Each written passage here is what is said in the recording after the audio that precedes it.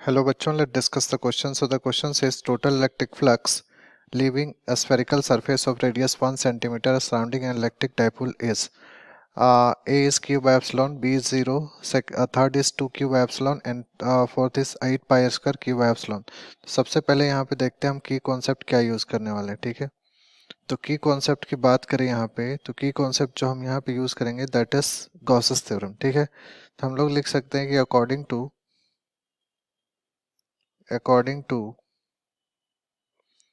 Gauss's theorem और Gauss's law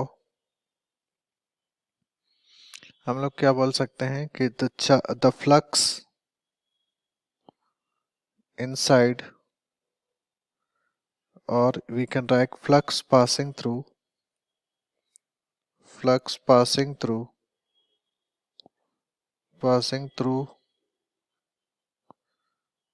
a closed surface is equal to 1 by epsilon times the charge.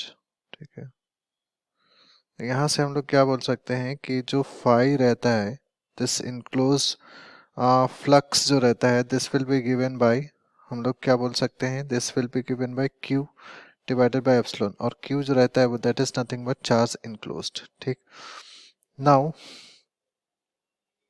अब यहाँ से हम लोग क्या बोल सकते हैं, इस कंडीशंस में बोले तो हमारे पास क्या है कि ये एक मान के चलते हैं स्फेरिकल सरफेस है. ठीक है, स्फेरिकल सरफेस है और ये 1 सेंटीमीटर का है, दिस इज 1 सेंटीमीटर, और यहाँ पे चार्ज रखा हुआ है माइनस क्यू और प्लस क्यू, ये डाइपोल है. ठीक है, तो हम सबसे पहले अगर टोटल चार्ज इनक्लोज देखें तो टोटल चार्ज जो है वो क्या हो जाएगा, सम ऑफ चार्ज. ठीक है, तो total charge will be nothing but sum of charge, तो माइनस क्यू प्लस क्यू, यहाँ पे चार्ज कितना हो जाएगा, 0. तो उसी तरह से अगर हम लोग फ्लक्स फाइंड करेंगे तो क्यू टोटल डिवाइडेड बाई क्या होता है, एप्सिलॉन. तो यहाँ से हम लोग क्या बोल सकते हैं, टोटल चार्ज इनक्लोज कितना है, 0 डिवाइडेड बाई एप्सिलॉन. सो यहाँ से हम लोग फाई की वैल्यू देखें, this will be nothing but 0. Okay, so the flux की वैल्यू क्या हो जाएगी, 0. अब यहाँ से हम लोग ऑप्शंस को सर्च करें, so the correct option will be option B, that is 0. I hope you understood well.